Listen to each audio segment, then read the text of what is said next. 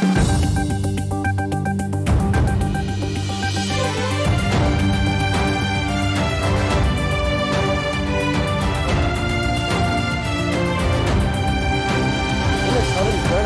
ruling coalition has agreed on holding local elections earlier than the date some of the coalition partners were proposing.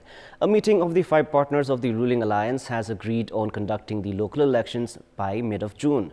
This, however, is more than a month later than the dates proposed by the Election Commission. Good morning, I am Praram Madahal. Let's begin with the main stories. The ruling alliance agrees to hold local level elections in between mid of May and June. A meeting of the alliance urges the government to proceed with amendment of the acts if required. The COVID infection rate hits a steady fall following last week's alarming graph. Spread rate falls to just over 32%. Health experts say Omicron threat far from over.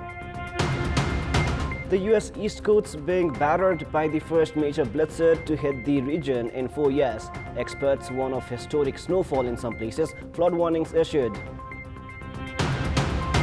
And 2 second-half goals saw hosts Cameroon beat the Gambia to move into the semi-finals of the Africa Cup of Nations to play Egypt or Morocco in the last 4. The ruling alliance has agreed to hold local level elections in the Nepali month of Jesta, which is between mid of May and June. A meeting of the top brass leaders of the ruling alliance at the Prime Minister's official residence in Balutar recommended the government to hold early election of the local levels. The meeting has urged the government to hold consultations with the Election Commission and has also advised the government to proceed with amendment of the acts if required. Prior to this, the ruling alliance had remained undecided on finalizing the date for the local level polls. The Election Commission and the main opposition CPN-UML were emphasizing on the local level elections to be held in mid of May.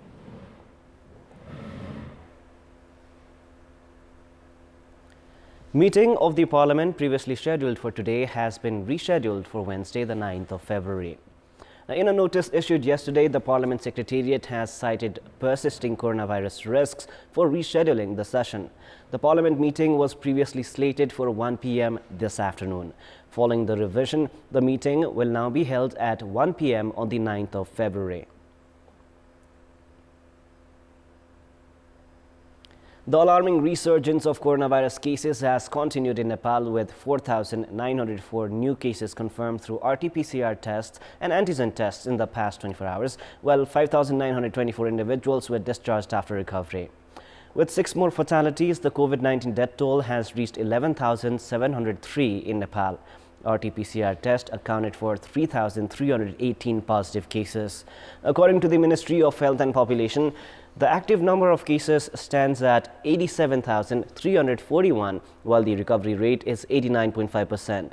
With 85,636 individuals at home isolation, another 1,693 are at institutional isolation. A total of 286 patients are undergoing treatment at the intensive care units or the ICUs, while 47 are on ventilator support.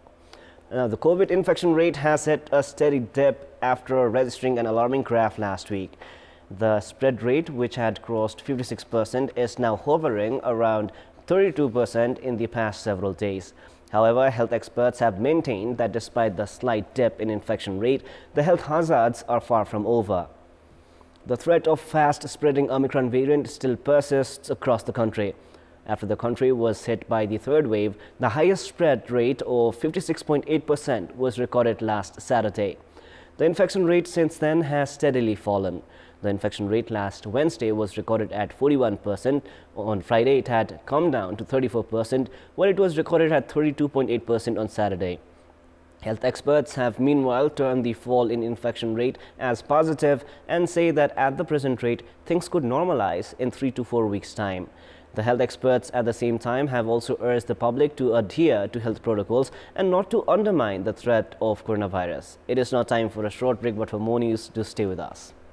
The Martyrs' Week is ending today. However, the political leadership, which should have expressed commitment to accomplish the dreams of the martyrs, has failed in addressing their aspirations. While abusing the contributions of the martyrs for their political interests, the political parties have failed to institutionalize the rule of law, democracy, and ensure national prosperity. In the Nepali year 1997, death sentences were issued for Shukraraj Sastri, Dhamrabhakta Mathema, Gangalal Shrestha and Dashrath Chand for their revolution against the Rana regime. In memory of the contributions of the martyrs for the country and the people, Martyrs Week is observed every year between March 10 and 16 as per the Nepali calendar. However, prioritizing their own interests, the political parties have failed to accomplish the aspirations of the martyrs.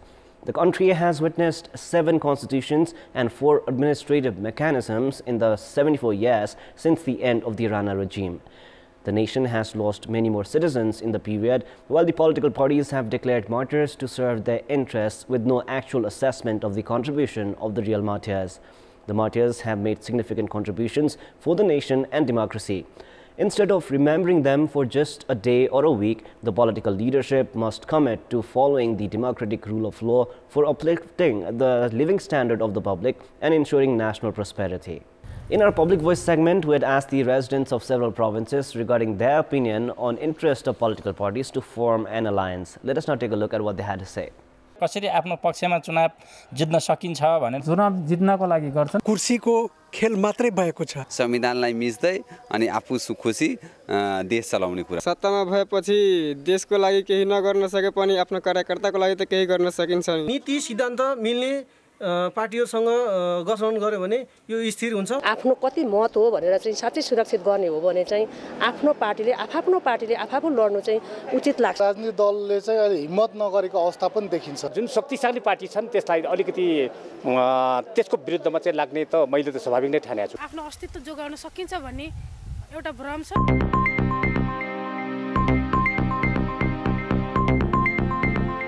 We've got more news coming up, but right now it is time for yet another short break. It is now time for our segment Public Pulse, where you text us with your opinion. Public Pulse. The question is, what is your take on the trend of going abroad for employment on a visit visa? Your options are A. Employment compulsion, B. Influential middlemen, and C. Lack of awareness. The voting is on. Type NEWS, select your option A, B or C, and then send it to 34001 to share your opinion with us. We now move on to the sports news. Sports news. Nepal has registered a victory in an international friendly football match after 11 years. Nepal won the match against Mauritius 1-0 with a goal by Bimal Khartimagar. This was Nepal's first win in an international friendly after defeating Bhutan in 2011. Nepal dominated the match against Mauritius right from the onset, coming close to scoring on a number of occasions. Despite creating a number of chances, the match ended goalless in the first half. Nepal began the second half on an aggressive note and were rewarded with an early goal scored by Bimal Khartimagar. Bimal utilized a pass from Anjan Vista to score from a powerful drive that deflected off the bar into the back of the net. This was Bimal's 9th international goal. Nepal were twice denied by the crossbar in the fag end of the match, as Nepal had to be content with a 1-0 scoreline. The second international friendly between Nepal and Mauritius takes place on Tuesday.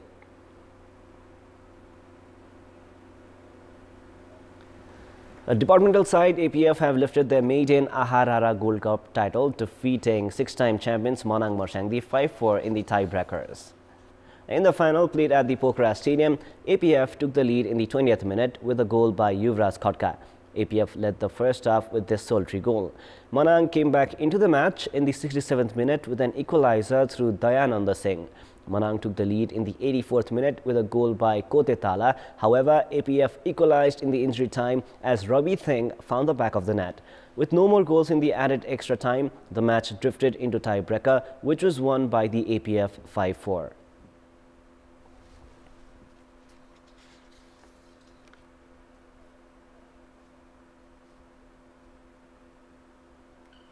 And now, before we wrap up, here's a look into the top stories one more time. The ruling alliance agrees to hold local level elections in between mid-May and June. A meeting of the alliance urges the government to proceed with amendment of the acts if required. The COVID infection rate hits a steady fall following last week's alarming graph. Spread rate falls to just over 32%. Health experts say Omicron threat far from over. The US East Coast being battered by the first major blitzer to hit the region in 4 years. Experts warn of historic snowfall in some places. Flood warnings issued near the coast. And 2 second-half goals saw hosts Cameroon beat the Gambia to move into the semi-finals of the Africa Cup of Nations to play the winners of the clash between Egypt or Morocco in the semi-final. That is all for the moment. Our next English bulletin is at 11 a.m. Thank you for staying with us. Goodbye for now.